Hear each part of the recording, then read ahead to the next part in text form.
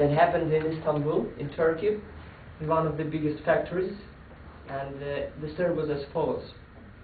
The owner of a big factory decided to give an unexpected visit to it and to check how the things go there.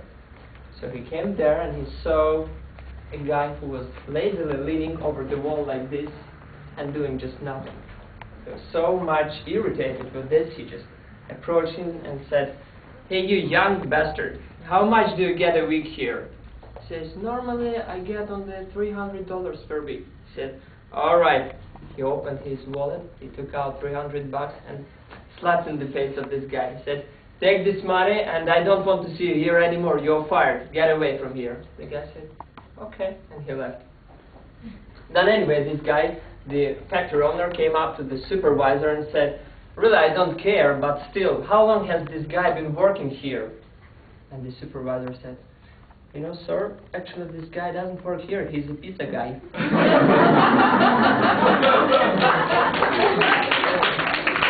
Ladies and gentlemen, let me introduce Mykola Klimchuk with the speech titled Young People Unemployment. Mykola Klimchuk.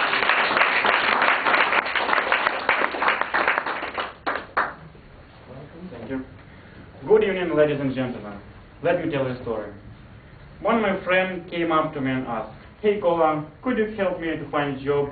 I really want to make money, do something, be useful for the society." "No problem, Sasha. What would you like to do?" "You know, I would like everything." "Really? So go and sweep the streets because they're dirty enough." A lot of people at the age of 19 and 20 years old say that they really would like to go to a job. Of course, they're growing up and they need money to go to some clubs, to spend time with their girls and to wear a nice dress, to be cool. Of course they need money. But actually they just talk about their jobs. Actually they just stay home, doing nothing and wasting their time. Otherwise, if they have a good feeling, they just don't know where to go and what to do. Let's look to the Americans. Americans start being more self-confident at the young ages. It's not a secret that students in America work during their study. And you know, moreover, 74% of Americans prefer to live away from their parents. If you are good in math, you can count that it's really a lot. Most of parents support that way of living because they want their children to be more self-confident and to develop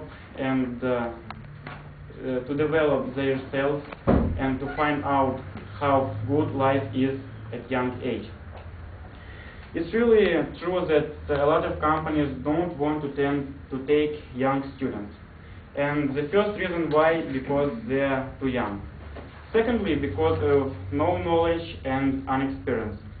As for knowledge, it's really true that the students at the second and third course even don't know for which profession they are studying, because only the last year of studying they study what they need and want. If you ask any student why he doesn't go to a job, he say because they're not taking such young students. But I really do like the story by Abraham Lincoln. As you know, Abraham Lincoln is a famous lawyer. One of the college students wrote it to him. "Mr. Lincoln, how can I be such a successful lawyer like you?" Lincoln wrote it back, "Young man, if you have a willing, the deal is done in half." It's really true. If you have something inside, if you have a goal, just pick it up and go for it. I know it will be hard for the first time, but anyway, it will be interesting and you will find new people, new communications, and new things.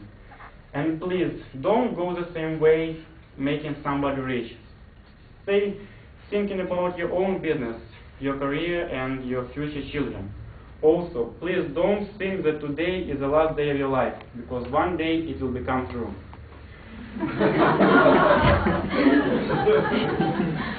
So, dear ladies and gentlemen, if you will be a businessman or HR manager, please don't be afraid taking young students to your business.